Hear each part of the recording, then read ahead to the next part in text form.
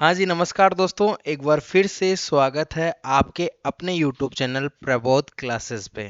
आज हम बात करेंगे जीवों में जनन की और आपके सामने रीट आ गई है। रीट का ये एक इम्पोर्टेंट टॉपिक है। इस टॉपिक को आपको जरूर पढ़ के जाना है दोस्तों। यहीं से एक प्रश्न आपके बन जाएगा। ठीक है, तो आज हम पढ़ेंगे जीवों में जनन यानी रिप्रोडक्शन इन ऑर्गेनिज्म। चलिए बिना समय जाया करते हुए हम लोग अपने पहले पार्ट की तरफ बनते हैं, जिसमें हम लोग आपके परिभाषा पढ़ने वाले हैं। ठीक है, तो जनन की क्या परिभाषा हो सकती है दोस्तों? जनन की क्या परिभाषा हो सकती है? किसी स्पीसीज की निरंतरता बनाए रखने की जैव प्रक्रिया। याद रखना, ये कौन सी प्रक्रिया है? जैव प्रक्रिया है। इसके इस रूप को ही जो है वो जनन कहते हैं। यानी कोई भी स्पीसीज है उसकी निरंतरता। अब निरंतरता कैसे बनेगी? यानी कि मानव जो जाति है, हम लोग जनरली बोलते हैं मानव जाति, यानी मानव की एक स्पीसीज। यानी जाति को हम लोग क्या बोल देते हैं? स्पीसीज बोल देते हैं। अब ये स्पीसीज कब इसकी निरंतरता बनी रहेगी? जब इसके समान कोई और संतति आएगी और इस पृथ्वी पर निवास करेगी और अन्य क्रियाकलाप करेगी। अगर इस प्रकार की क्रिया नहीं होती है या फिर जनन नहीं होता है, तो क्या इस स्पीसीज यानी मानव की या फिर किसी भी स्पीसीज की जो जाति है वो समान बनी रह सकती है? अगर यहाँ पे कुत्तों की बात करें, हम लोग डॉग की बात करें, तो डॉग की जब मैं बात करूंगा, अगर डॉग की जो नई प्रजाति है, नई संतति अगर उत्पन्न ही नहीं होगी, क्योंकि बिना जनन के असंभव है, यानी जनन अगर बंद हो गया तो नए कुत्ते हम लोग नहीं देख सकते। यानी कि उनकी जो जाति है, उनकी जो स्पीसीज है वो खत्म हो गई, सीधी सी बात है। उसके बाद इसमें एक और परिभाषा आप एड ऑन कर सकते हो कि जनन की एक ऐसी जैविक प्रक्रिया, जनन को एक ऐसी जैविक प्रक्रिया के रूप में परिभाषित भी किया जाता है जिसके द्वारा जो जीव है वो अपने समान जो है वो जीवों को क्या करते हैं? पैदा करते हैं। यानी अपने समान जीवों को उत्पन्न करना, पैदा करना क्या कहलाता है? जनन कहलाता है। अब ये जनन होता क्या है? जनन होता कितने प्रकार का है? तो आपको पता होना चाहिए, आपको वैसे पता ही होगा कि सामान्यतः जो जनन है दोस्तों, वो दो प्रकार का होता है। कौन कौन सा? एक तो होता है अलैंगिक जनन। कौन सा? अलैंगिक जनन होता है, जिसको असेक्सुअल रिप्रोडक्शन बोलते हैं। फिर एक जनन होता है लैंगिक जनन, जिन्हें हम लोग सेक्सुअल रिप्रोडक्शन बोलते हैं। ठीक है, तो दोनों ही जनन के बारे में विस्तार से मैं चर्चा करूंगा। उससे पहले आप सब लोगों से एक रिक्वेस्ट है कि आप इस क्लास को पूरा देखेंगे, और अगर आपको रीड का पूरा सिलेबस करना है फ्री में, मुफ्त में, तो आप हमारे इस यूट्यूब चैनल को सब्सक्राइब कर सकते हो। आप हमारे परिवार के सदस्य बन सकते हो, क्योंकि आज ही हमारे 3000 जो सब्सक्राइबर हैं वो कंप्लीट भी हुए हैं। तो आप भी जुड़िए हमारे साथ। चलिए, तो आगे हम लोग अगली बात करते हैं। तो सबसे पहले हमको ये पता होना चाहिए कि अलैंगिक और लैंगिक जनन में अंतर क्या है। जैसे ही हम लोग इसका अंतर पढ़ेंगे ना दोस्तों, तो आपको कंफर्म भी हो जाएगा कि अलैंगिक और लैंगिक जनन होता क्या है। तो यहाँ सबसे ऊपर अलैंगिक जनन इस तरफ लिखा हुआ है और इस तरफ लिखा हुआ है लैंगिक जनन।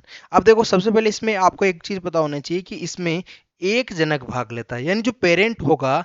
यानी हम लोग ऐसे करते हैं, ऐसे समझिए, यानी जो पेरेंट होगा वो एक होगा। अब उसी पेरेंट में नर भी हो सकता है और वो मादा भी हो सकता है। ठीक है, यानी आप लोग समझिए कि एक ही पेरेंट में नर और मादा दोनों अगर आपके जननांग उपस्थित हो, तो उस विधि में वो अलैंगिक जनन कर सकता है। या फिर हम लोग ऐसे बोल सकते हैं कि जो पेरेंट होगा वो एक होगा अलैंगिक जनन में, यानी बिना किसी लिंक के, एक लिंक के काम करेगा। अब दूसरी बात, जैसे मान लीजिए हम लोगों ने कई बार देखा होगा, आप लोगों ने नाम सुना होगा अमीबा का। अब अमीबा में जो जनन होता है, क्या उसमें किसी प्रकार के दो पेरेंट मिलते हैं क्या? पेरेंट कौन कितना होता है? पेरेंट हमेशा एक होता है। यानी अमीबा ही आपस में अपने टुकड़े करके नई कोशिका का निर्माण कर रहा है। यहाँ लैंगिक जनन की जब मैं बात करूं, तो इसमें लिखा हुआ है दो जनक। यानी जो पेरेंट होंगे वो दो होंगे, एक माता होगी एक पिता होगी, यानी एक नर होगा और एक मादा होंगे। दो पेरेंट भाग लेंगे, एक नर युग्मक और एक मादा युग्मक, दोनों मिलके जाइगोट का निर्माण करेंगे, और जाइगोट से फिर ब्लास्टुला, गेस्टुला, और फिर आपके भ्रूण का निर्माण हो जाएगा। फिर उसके बाद इधर बात करें, तो युग्मक निर्माण व निषेचन का जो है यहाँ पे अभाव होता है। यानी एक तो यहाँ पे किसी प्रकार का कोई स्पोर नहीं बनता है, दूसरी बात फर्टिलाइजेशन भी यहाँ पे नहीं होता है। यानी कि एक प्रकार का सीधा सा प्रोसेस है कि आप है ना एक कोशिका को छोड़ दो और उसके दो टुकड़े कर दो, और धीरे धीरे वो अपने अपने आपस में अपना जेनेटिक मटेरियल, अपना केंद्रक बना लेगी, और वो कोशिका जो है अपने आप में एक नया जीव उत्पन्न कर लेगी। ठीक है, उसी प्रकार से लैंगिक जनन की बात करें तो यहाँ पे प्रॉपर युग्मक बनेंगे। अब युग्मक बनेंगे तो आपको पता है निषेचन भी होगा, यानी कि दो युग्मक, एक नर और एक मादा, दोनों निषेचित होके, ऐसे बोले कि एक नर और एक मादा जो है दोनों निषेचित हो गए, एक ब्लास्टोमियर बनेगा, फिर ब्लास्टोमियर से मोरुला अवस्था, फिर गेस्टुलेशन, फिर आपके जो है वो हम लोग ये बोलेंगे कि ये भ्रूण बनेगा और भ्रूण से फिर नए जीव का निर्माण होगा।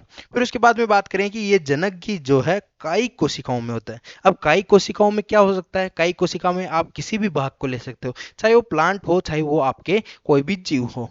अब प्लांट या जीव का कोई भी कायिक भाग हो, जड़ हो, तना हो, पत्ती हो, या फिर प्लांट एनिमल का जो है वो कोई भी पार्ट हो सकता है, या उसमें से कोई किसी प्रकार का पार्ट जहां से कोई अंकुर निकल जाए और वो अंकुर अलग होके एक खल को नए जीव का निर्माण कर ले, तो वो उसका कायिक भाग हो गया। यानी कि अलग से सोमेटिक जो सेल होगी, कायिक जो कोशिकाएं होगी, उन्हीं से नया जीव बनेगा। दूसरी बात, यहाँ पे जो विभाजन होगा वो समसूत्री विभाजन होगा। लेकिन यहाँ पे एक प्रकार की जनन कोशिकाएं होंगी, यानी हम लोग ये बोल सकते हैं कि जो जर्मल जो सेल होती है, जर्मल जो कोशिकाएं होती है, वो यहाँ पे काम करेगी। उसके अलावा अर्धसूत्री और समसूत्री दोनों प्रकार के, यानी मियोसिस और माइटोसिस दोनों प्रकार के यहाँ पे आपके ऐसा कह सकते हैं कि डिवीजन होंगे। उसके बाद में बात करें यहाँ पे सरल व तीव्र गति से होने वाला आपके अलैंगिक जनन है, यानी सरल होगा, भाई एक कोशिका है, दो भागों में टूटी, बिल्कुल साधारण बात है। और तीव्र गति से होगा, जैसे ही टूटी हाथों हाथ उसमें जो केंद्रक बनने की प्रक्रिया है वो स्टार्ट हो जाएगी, और केंद्रक बनने की प्रक्रिया से नया जीव बनेगा और नया जीव पार्शली बन जाएगा। जब भी हम आपस में अपने मनुष्यों की बात करें या फिर किसी भी जानवर की बात करें, तो आपको पता है कि एक नए जीव बनने में लगभग 9 माह का तो मनुष्य में समय लगता है, और हर एक ऑर्गेनिज्म में अलग अलग टाइम लगता है। तो इसमें आपको एक ऐसा कह सकते हैं कि ये जटिल प्रक्रिया है, जिसमें आपके सबसे पहले आपके हार्ट बनेगा, मस्तिष्क बनेगा, है ना। वो तो अलग अलग प्रकार के अंग बनेंगे। वो अंग बनने के बाद एक कोशिका, पहले एक कोशिका होगी, फिर वो 4 में होगी, 4 से फिर 16 अवस्था में, फिर 32 में, फिर 32 से 64, और 64 से अनेक कोशिकाएं बनेगी, और उनसे कोई नए अंग बनेंगे, और अंग बन के उनका तंत्र बनेगा, तंत्र बन के एक जीव का निर्माण होगा, ये हो जाएगा।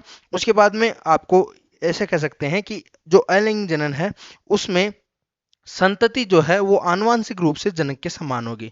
आनुवांशिक रूप से यानी कि ऐसे कहें कि कोई भी जीव में जो जेनेटिक मटेरियल है वो उसके पूर्वजों से ही आएगा सेम। लेकिन हमारे आधे जो गुणसूत्र होते हैं, जैसे एक नर हो गया, एक मादा हो गया, अब जनक दो हो गए, तो जनक के जो आधे आधे गुणसूत्र मिलके एक कॉम्बिनेशन बनेगा। उस कॉम्बिनेशन के दौरान हम लोग ये कहेंगे कि जेनेटिक विभिन्नताएं उसमें होगी। यानी आप या तो आपकी माता के समान भी नहीं हो सकते, आधे गुण तो हो सकता है आपकी माता के आ जाए आप में, और आधे गुण आपके पिता के भी आ सकते हैं। तो इस प्रकार से, और आधे जो है वो वातावरण से भी आ सकते हैं। तो इस प्रकार से लैंगिक जनन में जो है वो अलग अलग असमानताएं आपको जेनेटिक मटेरियल में देखने को मिलेगी।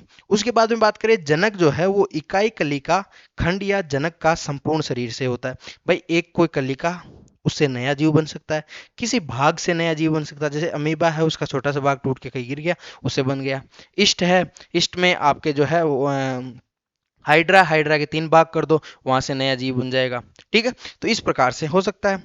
और यहाँ पे जो है पूरा का पूरा युग्मक बनेगा, और युग्मक के द्वारा ही नए जीव का निर्माण होगा, कहाँ? लैंगिक जनन में। ठीक है, उसके बाद में बात करें, ये जो जनन है यानी अलैंगिक जो जनन है वो किस में पाया जाएगा? निम्न अकशेरुकी में, यानी जो आपके निम्न स्तर के जो ऐसे बोले कि नॉन कोऑर्डिनेट होते हैं, जो लोअर जो नॉन कोऑर्डिनेट होते हैं उनमें ये पाया जाएगा। उसके साथ ही लोअर कोऑर्डिनेट्स में भी ये पाया जा सकता है। उसके अलावा हम लोग यहाँ बात करें अगर लैंगिक जनन की, तो लैंगिक जनन में जो है उच्च पौधे यानी हायर प्लांट, और उसके साथ ही जंतुओं में जो है वो हायर हायर जंतुओं में यानी कि हायर एनिमल्स में जो है ये पाया जाएगा। अब उसके बाद आगे बात करते हैं। लिंग जनन वैसे तो अनेक प्रकार का होता है, लेकिन हम लोग कुछ प्रकार का यहाँ पढ़ेंगे जो कि सामान्यतः परीक्षा में पूछा जाता है। ठीक है, सबसे पहले आता है द्विविभाजन, और द्विविभाजन से भी पहले आता है एक विभाजन। अब विभाजन में कोई भी एक जीव है वो अपने आपस में टूट के नया जीव बना ले। ठीक है, अब यहाँ द्विविभाजन की बात करें तो यहाँ पे एक प्रकार तो हो गया खंडन का। खंडन यानी कि एक खंड है, उस खंड से दो नए जीव बन गए, जैसे कि आपको मैं यहाँ पे अमीबा में देखने को आपको मिल रहा होगा। मेरे पीछे आपको अमीबा दिख रहा है, यहाँ पे एक अमीबा है, यहाँ दो नए केंद्रक बने और केंद्रक आपस में जो है वो अलग हो गए, और अलग होने के बाद ये दो नए अमीबा आपको देखने को मिल रहे हैं। तो ये दोनों कौन से हैं? ये संतति अमीबा है। कैसे? संतति अमीबा है, जबकि ये जो है ये पेरेंट है। तो पेरेंट से दो नए संतति अमीबा बने, लेकिन किस आधार पे बने? कटने के आधार पे, आपस में अपने खुद के बंटने के आधार पे, बंटवारे के आधार पे। ठीक है, उसके बाद बात करें अगर यहाँ पे एक इंपॉर्टेंट क्वेश्चन एक और पूछा जा सकता है जो कि इस पीपीटी में नहीं है, मैं यहाँ आपको पहले से बता देता हूँ। एक होता है यहाँ पे बहुखंडन विधि। कौन सी विधि? बहुखंडन विधि। तो बहुखंडन विधि का एक एग्जाम्पल आपको याद रखना, वो आपके हो गया प्लाज्मोडियम। अब इसमें क्या होगा? इसमें जो साइटोप्लाज्म है वो अत्यधिक विभाजित होके, जो साइटोप्लाज्म है वो अत्यधिक विभाजित होके एक प्रकार का प्रस्फुटन करेगा। यहाँ पे बहुत सारे बीजाणु बन जाएंगे, और बीजाणु बन के नए नए बहुत सारे जीवों का निर्माण कर लेंगे। जैसे साइटोप्लाज्म है वो छोटे छोटे टुकड़ों में बहुत सारा विभाजन हो जाएगा, और उसके बाद नए नए हर एक जो टुकड़ा है उससे आपके बहुखंडन विधि के द्वारा आपकी क्या बन जाएगा? नए प्लाज्मोडियम बन जाएंगे। उसके बाद में एक आ जाता है सबसे इंपॉर्टेंट, जहां से हर बार प्रश्न पूछा जाता है, बडिंग। थोड़ा सा इसको छोटा भी कर लेंगे हम लोग उसी दौरान, ताकि आपको समझ में भी आए। ठीक है। हम्म। तो यहाँ पे मुकुलन दिख रहा है। मुकुलन में क्या होता है? जो मातृ कोशिका होती है उसके शरीर में एक क्या बनता है? मुकुल बनता है। और मुकुल, जैसे कि हम लोग ये बोले, थोड़ा सा डायग्राम बना के समझाने की कोशिश करता हूँ। ये आपके सामने एक मातृ कोशिका है, ये मातृ कोशिका है, और इस मातृ कोशिका में जो है वो आपके क्या बन गई? ये देखो, ये मुकुल बन गई, और ये मुकुल खल को टूट के जो है वो अलग नए जीव का क्या कर लेगी? निर्माण कर लेगी। ठीक है, तो ये हो गया एक कोशिकीय। अगर एक कोशिकीय में आपको मुकुलन पूछे तो आंख मीच के आप क्या करके आ जाओगे? इष्ट करके आ जाओगे। लेकिन आपको पूछे बहुकोशिकीय कोई जीव बताइए जिसमें मुकुलन विधि के द्वारा जनन होता है, तो एक तो हो गया स्पंज और एक हो गया हाइड्रा। देखो स्पंज में किस प्रकार से हो रहा है आपको दिख रहा होगा। ठीक है, सॉरी, यहाँ पे हाइड्रा जो है उसमें किस प्रकार से होगा? मुकुलन। ये देखो यहाँ पे एक बड बन रही है, ये बड बन के कल को ये यहाँ पे छोटी सी बड थी, फिर वो आगे बढ़ी, और बढ़ने के बाद में एक प्रकार के पूरे हाइड्रा का निर्माण कर रही है, और उसके बाद एक नए हाइड्रा का जो है वो यहाँ पे इसी प्रकार का एक नया हाइड्रा ये बना लेगी। ठीक है, तो मुकुलन समझ में आ गया। यानी कि मुकुलन में क्या होगा कि एक बड बनेगी, एक मुकुल बनेगा, कहीं से भी आपके किसी भी भाग से बन सकता है, वो मात्र कोशिका के भाग से बनेगा, और अलग जो है वो जीव का निर्माण कर लेगा, तो उसको बडिंग बोलेंगे। ठीक है, एक होता है पुनरुद्भवन। ठीक है, वो भी ध्यान रखना आप लोग। ठीक है ना, मैंने यहाँ पे पीपीटी में लिखा है, नहीं लिखा? एक होता है पुनरुद्भवन, यहाँ पे लिख देता हूं मैं, पुनरुद्ध भवन। अब पुनरुद्ध भवन आपने छिपकली देखी होगी आपके घर में। अच्छा, छिपकली देखी होगी। अब ये छिपकली की जो पूंछ होती है, जैसे मान लीजिए ये छिपकली की पूंछ है, कई बार आप लोगों ने देखी होगी कि छिपकली की पूंछ क्या हो जाती है? कट जाती है।